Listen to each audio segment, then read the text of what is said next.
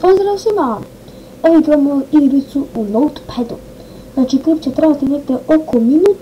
Tako da, znači, idemo, hey, welcome to the game.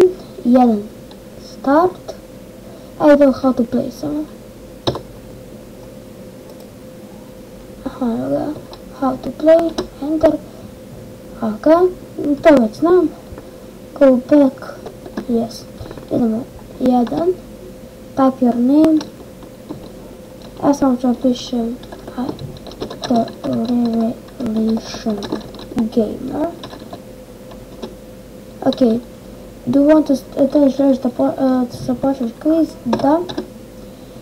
Ok, počnemo. Koliko je 10 plus 10? Da li to evo? Opa. I idemo, koje je na novčanici od $100 na $100?